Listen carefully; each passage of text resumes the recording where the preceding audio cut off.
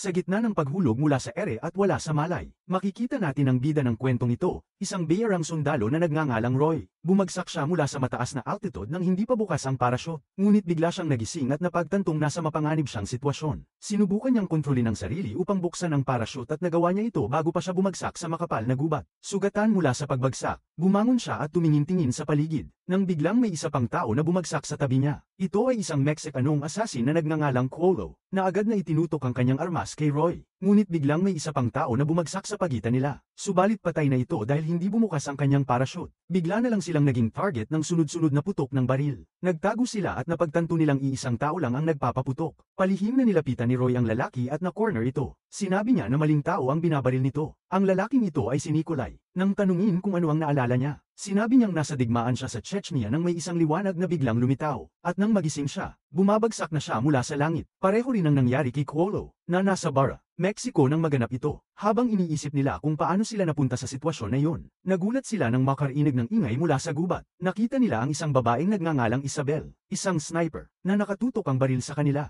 Tinanong sila ni Isabel kung bakit hindi nila nakikilala ang kagubatan, at binanggit niya na may nakita siyang mas marami pang parachute na bumagsak. Tinanong siya ni Roy kung saang direksyon niya nakita ang mga parachute, at nagtungo sila upang hanapin ang iba pang tao. Habang nagmamasid sa kanila, lumitaw ang isang lalaking nagngangalang Hansel, isang miyembro ng Yakuza. Tinanggal niya ang kanyang sapatos at tahimik na sinundan ng grupo. Samantala, dalawang lalaki ang nag-aaway sa ibang lugar. Natagpuan sila ng grupo at pinigilan ang kanilang pagtatalo. Ang mga lalaking ito ay sina Stan at Mombasa. Si Stan ay isang kriminal at isa sa pinaka-wanted ng Federal Bureau of Investigation. Sinabi niyang may nakita siyang isang lalaki na natrap sa puno. Pagdating nila sa lugar na iyon, sinagip ni Roy ang lalaki at tinanong kung sino siya. Ang pangalan niya ay Edwin. Bagamat litong-lito, sinabi niyang isa siyang doktor at papunta siya sa trabaho nang mangyari ang parehong bagay na nangyari sa iba. Habang naglalakad pa sila ng mas malayo, nakakita sila ng kakaibang istruktura na napapalibutan ng mga buto at bungo ng tao. Kinabahan sila at nag-isip kung sino ang maaaring gumawa nito. Sinabi ni Mombasa na sa kanyang kultura, ang isang mandirigma na may pinakamaraming tropeo ay mas kinikilala. Dahil dito, lalong naging alisto ang grupo sa maaaring mangyari. Sinimulan nilang tanungin kung ano ang posibleng dahilan ng kanilang sitwasyon, isang pagsubok, pagdukot para sa ransom, o baka isang eksperimento. Sinabi ni Roy na anuman ang dahilan, kailangan nilang makalabas mula roon. Nagpatuloy sila sa paglalakad, at muntik nang pumitas si Nikolai ng isang nakalalasong halaman. Ngunit binalaan siya ni Edwin na kahit isang maliit na sugat mula rito ay maaaring magdulot ng instant na pagkaparalisa. Sa pag-usad ng kwento, tinanong ni Isabel si Roy kung sino siya. Tumanggi siyang sagutin ito. Sinasabing mas mabuti siyang mag-isa at hindi niya nais makipag-ugnayan sa grupo. Nang huminto sila upang magpahinga, ipinakita ni Isabel kay Roy ang kakaibang magnetic field gamit ang isang improvised compass sa tubig. Napansin din ni Roy ang isang nakakabahalang bagay mula nang dumating sila sa lugar na iyon. Hindi gumagalaw ang araw sa kalangitan.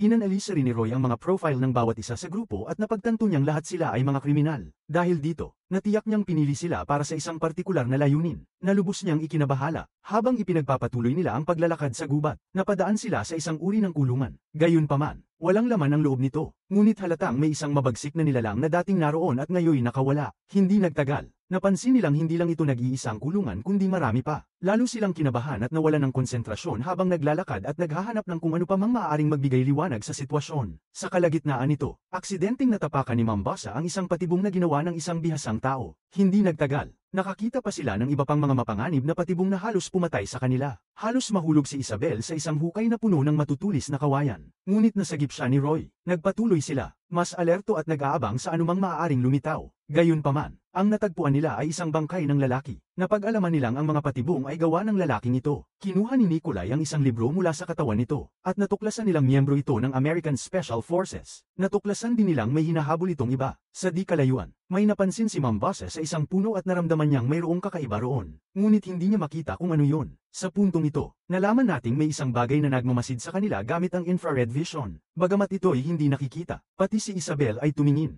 ngunit wala rin siyang nakita. Lumipat ang eksena, at narating nila ang gilid ng isang bundok. Gulat na gulat sila habang nakatingin sa langit. Natuklasan nilang ang kanilang tinitingnan ay mga planeta na malapit sa kanila. Isang magandang tanawin ngunit nakakakilabot din dahil malinaw na wala na sila sa Earth kundi nasa ibang planeta na. Pagbalik sa gubat, may naramdaman silang gumagalaw sa itaas nila. Dahil sa matinding takot, pilit na sinubukan ni Stan na agawin ang isang armas mula kay Mombasa. Ngunit mabilis siyang napigilan dahil walang nagtitiwala sa kanya. Bigla, narinig nilang lahat ang tunog ng isang bagay na parang tumatakbo papalapit sa kanila. Hindi nagtagal. Lumitaw ang isang nakakatakot na nilalang na mabilis na papalapit sa kanila. Pinaputukan nila ito ng sabay-sabay at nagtagumpay na pasabugin ito. Ngunit agad na sumunod ang iba pang mga nilalang. At nagsimula silang habulin. Isang nilalang ang tumugis sa isa sa kanila. Ngunit nailigtas siya ni Mombasa. Isa pang nilalang ang humabol kay Dr. Edwin. Ngunit nailigtas siya ni Isabel. Gayunpaman, napalibutan si Isabel, at sa pag-asang malapit na ang kanyang kamatayan, naghanda siyang barilin ng sarili. Bigla, may narinig silang tunog ng sipol, at umatras ang mga nilalang. Sa tulong ng kanyang karanasan, napagtanto ni Roy na sila'y hinahabol at ang planetang kinaroroonan nila ay tila isang game reserve. Napansin nilang may nawawala sa grupo, at narinig nila ang mga sigaw para sa tulong mula kay Thulu. Hinanap nila siya at natagpuang nakaupo sa damuhan ng nakatalikod. Napansin ni Roy na ito ay isang bitag at binalaan ng grupo na huwag lumapit. Nang wala na silang magawa para kay Thulu at ayaw nilang manganib pa, iniwan nila siya.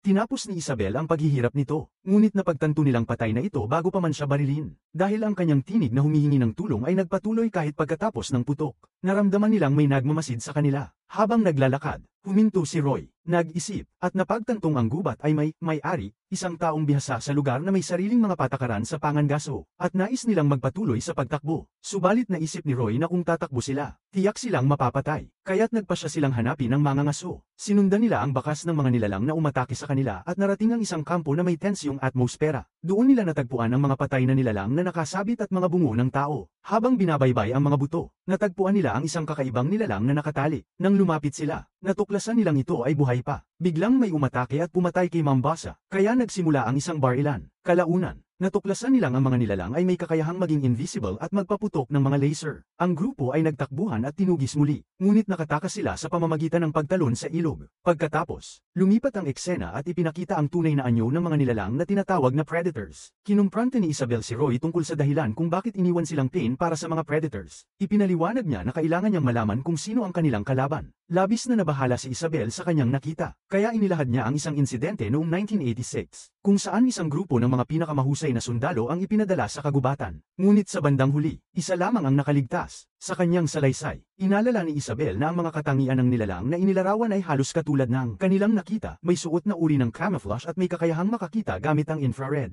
Dahil dito, nagpasya silang mag-organisa ng isang plano, hintayin ang pagdating ng mga predator sa kanilang kinaroroonan upang mahuli ang mga ito. Bigla nilang narinig ang mga tunog mula sa malalapit na puno. Nang tingnan nila, nakita nila ang mga predator. Ngunit hindi sila inatake dahil nalaman ng mga nilalang ang kanilang plano. Nagkaroon si Roy ng tila baliw na ideya at inutusan si Edwin na tumakbo upang makuha ang atensyon ng mga predator. Sumunod si Edwin at, nang halos mahuli na siya, nasagip siya ng isang tumpak na putok sa nilalang. Gayunpaman, hindi ito predator kundi isa pang kakaibang nilalang. Pinuri nila si Isabel sa kanyang putok, ngunit sinabi niyang hindi niya nataman ang target. Naging takot ang lahat dahil hindi nila alam kung sino ang nagpaputok. Narinig nila ang mga tinig na tumatawag mula sa gubat. Maya-maya, isang nilalang na dating hindi nakikita ang unti-unting nagpakita sa harap nila at kalaunan ay nagpakilala bilang si Nolan. Sinabi ni Nolan na masyado silang maingay at paparating na rin ang mga predator. Pinayuhan niya silang sumama sa kanya. Nakarating sila sa isang tila malaking sasakyan at pumasok dito. Dito nila nalaman na ito ang taguan ni Nolan. Ikinwento ni Nolan ang tungkol sa mga predator. Sinabi niya na ang mas malalaking predator ay nanghuhuli ng mas maliliit bilang isang uri ng palakasan. Binanggit din niyang ang mga predator ay regular na dumarating, tulad ng hunting seasons, at naghuhulog ng mga tao sa planetang yun para gawing biktima. Nagtanong si Royce kung paano nila mapapatay ang mga predator. Sinagot ito ni Nolan nang may nag-aalalang ekspresyon. Kahit anong paraan na kaya mo. Nang tanungin kung paano sila makakatakas, ipinaliwanag ni Nolan na matagal na niyang hinanap ang dulo ng reserve. Ngunit tila walang katapusan ito. Ibinunyag din ni Nolan na ang mga predator ay dumarating sakay ng isang sasakyang mga 9 metro lamang ang layo mula sa kanilang kampo. Ngunit ito ay invisible. Matapos ang pag-uusap, nagpahinga at kumain ng kaunti ang grupo.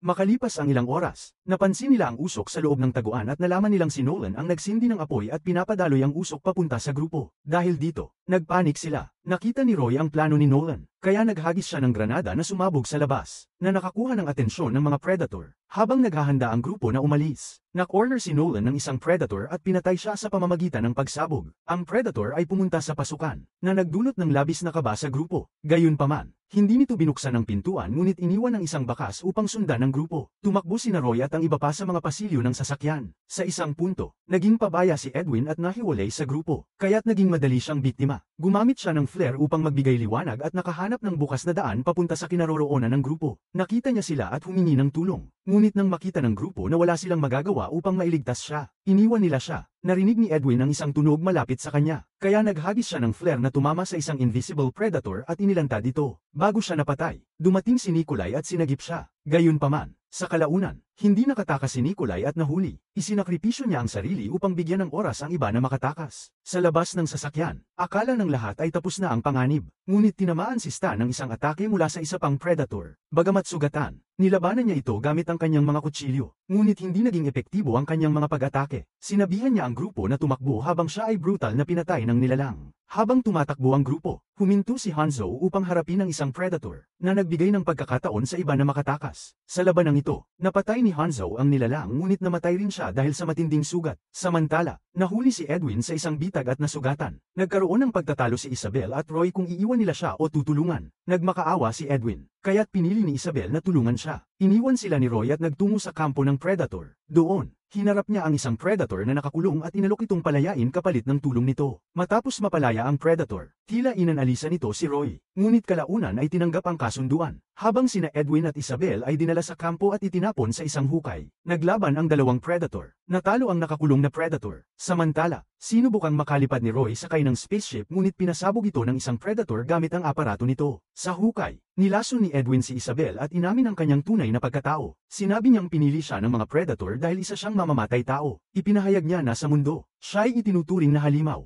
Ngunit sa planetang yon, siya ay normal lamang. Bago niya mapatay si Isabel, dumating si Roy at pinatay si Edwin gamit ang sarili nitong kutsilyo. Ginamit ni Roy ang katawan ni Edwin bilang pain upang bitagin ang predator. Nang bumalik ang nilalang, tumama ito sa pain at sumabog ang mga granadang inilagay ni Roy. Ngunit hindi ito sapat upang patayin ang nilalang. Sa huli, ginamit ni Roy ang apoy bilang panlilinlang upang hindi siya ma-detect gamit ang infrared vision ng predator. Matapos ang laban, pinahirapan at napatay ni Roy ang nilalang. Sa pagtatapos, nagising si Isabel at tinulungan si Roy sa huling laban. Nang mag-umaga, nakita nila ang maraming parachute na muling bumabagsak mula sa langit. Tanda na magsisimula muli ang laban.